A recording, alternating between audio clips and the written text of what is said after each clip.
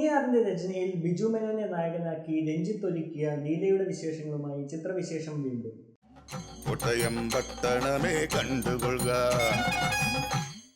Digital photography പഠനജാലകം. Digital ഫോട്ടോഗ്രാഫിയെ വസ്തുനിഷ്ഠമായി പരിചയപ്പെടുത്തുന്ന മലയാളത്തിലെ ആദ്യ പുസ്തകം കേരള ഭാഷാ ഇൻസ്റ്റിറ്റ്യൂട്ടിൽ നിന്നും. പൂർണ്ണമായും ബഹുവർണ്ണ അച്ചടിയിൽ ഹാർഡ് കവർ ബൈൻഡിംഗ് സഹിതം. ഡിജിറ്റൽ ഫോട്ടോഗ്രാഫിയെക്കുറിച്ച് കൂടുതൽ അറിയാൻ ആഗ്രഹിക്കുന്നവർക്കും ഫോട്ടോഗ്രാഫിയിലെ തുടക്കക്കാർക്കും ഒരുപോലെ പ്രയോജനപ്പെടുന്നൊരു പുസ്തകം. വീഡിയോ ട്യൂട്ടോറിയലുകളും ഡിജിറ്റൽ ഫോട്ടോഗ്രാഫിയിൽ ഉപയോഗിക്കുന്ന ചില പ്രധാന സോഫ്റ്റ്വെയറുകളുടെ ട്രയൽ പതിപ്പുകളും അടങ്ങിയ അനുബന്ധ DVDയും പുസ്തകത്തോടൊപ്പം ഉൾപ്പെടുത്തിയിരിക്കുന്നു. കൂടുതൽ വിവരങ്ങൾക്കും പുസ്തകം ഓൺലൈനായി വാങ്ങുന്നതിനും ചുവടെ നൽകിയിരിക്കുന്ന ലിങ്ക് സന്ദർശിക്കുക.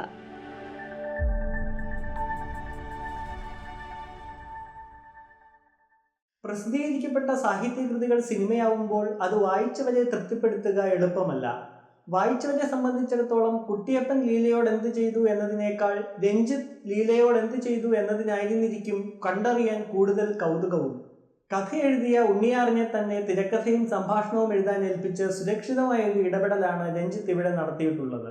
ക്യാപിറ്റൽ തിയേറ്ററിന്റെ ബാനറിൽ രഞ്ജിത്ത് തന്നെ നിർമ്മാതാവുമാവുന്ന ചിത്രത്തിൽ ബിജു മേനോൻ, വിജയരാഘവൻ എന്നിവരുടെ കേന്ദ്ര കഥാപാത്രങ്ങൾക്കൊപ്പം പാർവതി നമ്പ്യാർ ലീലയായും എത്തുന്നു. പ്രസിദ്ധീകരിക്കപ്പെട്ട കഥയിൽ നിന്നും ചില ചില്ലറ വ്യതിയാനങ്ങളും കൂട്ടിച്ചേർക്കലുമൊക്കെ വരുന്നുണ്ട് കഥ സിനിമയാവുമ്പോൾ. ചെറുകഥ വായിച്ചിട്ടുള്ളവർക്ക് സിനിമ ഒടുക്കം വരെ നിലനിർത്താൻ ശ്രമിക്കുന്ന സസ്പെൻസ് ആസ്വദിക്കാനാവില്ല. പക്ഷേ ഒരു കഥ പറച്ചിലായി കണ്ടാൽ സിനിമ കണ്ടിരിക്കുകയുമാവാം. ആരെ കഥയും മുട്ടുന്നുണ്ടോ?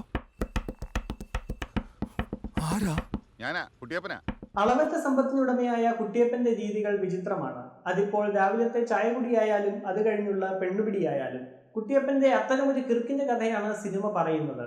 അയാളുടെ കൊള്ളരുതായ്മകൾക്ക് കൂട്ടായി പിള്ളേച്ചനുമുണ്ട്. ടീച്ചറെ, ശിവരാത്രി ഉണ്ടേ, ബിസി ആയിരുന്നോ? എന്നാണോ വന്നേ. ആദ്യാവസാന വേഷമായ കുട്ടിയപ്പനെ തനിക്ക് മാത്രം സാധ്യമായ അനായാസതയോടെ ബിജു മേനോൻ കെട്ടിയാടി. കുട്ടിയപ്പന്റെ ചെയ്തികളിലെ ശരിതെറ്റുകളെ കുറിച്ച് ആശയക്കുഴപ്പമുള്ളപ്പോഴും മാനസികമായി അയാൾക്ക് വിധേയപ്പെട്ടു നിൽക്കുന്ന പിള്ളേച്ചനെ വിജയരാഘവനും മികച്ചതാക്കി. ഒന്നോ രണ്ടോ ഇടത്തെ നിലവിളികൾക്കപ്പുറം സംഭാഷണമൊന്നുമില്ലാത്ത ആദ്യാവസാനം മ്ലാനത മാത്രം മുഖത്ത് കാണാനുള്ള ലീലയെ പാർവതി നമ്പ്യാർ മോശമാക്കിയില്ല. ജഗദീഷിന്റെ അച്ഛൻ, ഇന്ദ്രൻസിന്റെ ദാസപ്പാപ്പി തുടങ്ങിയ കഥാപാത്രങ്ങളും മികവ് പുലർത്തി. ചെറുവേഷങ്ങളിലെത്തുന്ന ഇതര അഭിനേതാക്കളുടെ പങ്കാളിത്തവും ചിത്രത്തിനുതകുന്നുണ്ട്. അതെ, ഉറങ്ങിയോ? ഇല്ല. എന്നാ പായും തലേനെ എടുത്തോണ്ട് ഇങ്ങോട്ട് വാ. ഓ, ഞാനിവിടെ കിടന്നോളാം. അത് ശരിയാവത്തില്ലെന്നേ. ഈ വയസ്സാം കാലത്ത് ഒറ്റയ്ക്കിടത്ത് എന്നേലും പറ്റിയാലോ? അവിടെ ഒറ്റയ്ക്ക് കിടക്കാൻ പേടിയാന്ന് പറ. എന്നാ വരാം. എന്നാ പറഞ്ഞു. തുടക്കക്കാരനായ പ്രശാന്ത് രവീന്ദ്രന്റെ ക്യാമറ പകർത്തിയ ദൃശ്യങ്ങൾ മനോജ് കണ്ണോത്തിന്റെ എഡിറ്റിംഗിലൂടെ എത്തുമ്പോൾ സാധാരണത്തിനപ്പുറം ഒരു മികവ് അനുഭവപ്പെട്ടില്ല. ദൃശ്യങ്ങൾ കാര്യമായ ചലനമുണ്ടാക്കാതിരിക്കുമ്പോൾ പലപ്പോഴും രക്ഷയ്ക്കെത്തുന്നത് കൈയടക്കത്തോടെയുള്ള ബിജിബാലിന്റെ പശ്ചാത്തല സംഗീതമാണ്. അവസാന രംഗങ്ങളിൽ ഇത് വിശേഷിച്ചും പ്രകടവുമാണ്. നാടൻപാട്ടിന്റെ ശൈലിയിൽ ബിജു മേനോന്റെ ശബ്ദത്തിലുള്ള വട്ടോളം വാണിയാരെ എന്ന ഗാനവും സമാന രീതിയിൽ ചിത്രത്തിനിടയ്ക്ക് വരുന്ന മറ്റൊന്നും സിനിമയുടെ സ്വഭാവത്തിന് ഇണങ്ങുന്നു. വട്ടോളം വാണിയാരെ കേട്ടുകൊള്ളുക, കണ്ടുകൊള്ളുക. ഉണ്ണിയാറിന്റെ ശ്രദ്ധ നേടിയ ഒരു ചെറുകഥയാണ് ലീല. കഥാകൃത്തിന്റെ തന്നെയാണ് തിരക്കഥ. സംവിധാനമാവട്ടെ മലയാളത്തിലെ എണ്ണം പറഞ്ഞ സംവിധായകരിൽ ഒരാളുമാണ്. ഇതൊക്കെ സമ്മതിക്കുമ്പോഴും ചിത്രത്തിലെ അഭിനേതാക്കളുടെ പച്ചയിലാണ് സിനിമ കണ്ടിരിക്കാനാവുന്നത് എന്നതാണ് വാസ്തവം. പ്രായോഗിക ബുദ്ധിമുട്ടുകളൊക്കെ പരിഗണിച്ചു നോക്കിയാൽ പോലും വേറിട്ട് നിൽക്കുന്ന ഒരു സിനിമാനുഭവത്തിലേക്ക് മാറ്റി എഴുതാൻ തിരക്കഥാകൃത്തിനോ അങ്ങനെയൊന്നാക്കി മാറ്റാൻ സംവിധായകനോ ആയിട്ടില്ലെന്നും പറയേണ്ടി വരും. കഥ വായിച്ചവരെ സംബന്ധിച്ചിടത്തോളം കഥാന്ത്യത്തിൽ അത്ഭുതമൊന്നും സംഭവിക്കുന്നില്ല. അതിനാൽ തന്നെ സിനിമയിൽ നിന്നും അവർക്ക് ലഭിക്കുന്ന അനുഭവവും ശുഷ്കമായി തീരുന്നു. ചെറുകഥയിലില്ലാത്ത സിനിമയിലെ കൂട്ടിച്ചേർക്കലുകളൊന്നും യേശുവിലെന്നു മാത്രമല്ല പലതും സമയം തികയ്ക്കുക എന്നതിനപ്പുറം ചിത്രത്തിനൊരു ഗുണവും വരുത്തുന്നുമില്ല.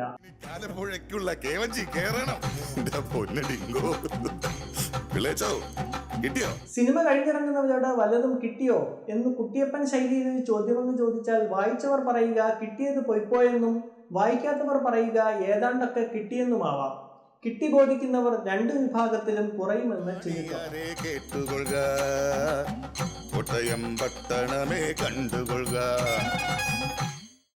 ചിത്രവിശേഷത്തെക്കുറിച്ചുള്ള നിങ്ങളുടെ അഭിപ്രായങ്ങളും നിർദ്ദേശങ്ങളും ചുവടെ കമന്റായി രേഖപ്പെടുത്തുക. മുൻപിറങ്ങിയ ചിത്രങ്ങളുടെ വിശേഷങ്ങൾക്കായി വലതുവശം നൽകിയിരിക്കുന്ന ലിങ്കുകളിൽ മൗസ് അമർത്തുക. കൂടുതൽ വീഡിയോകൾക്കായി ഈ ചാനൽ സബ്സ്ക്രൈബ് ചെയ്യുക. മറ്റൊരു ചിത്രത്തിന്റെ വിശേഷങ്ങളുമായി വീണ്ടും കാണുന്നതിലേക്കും വണക്കം.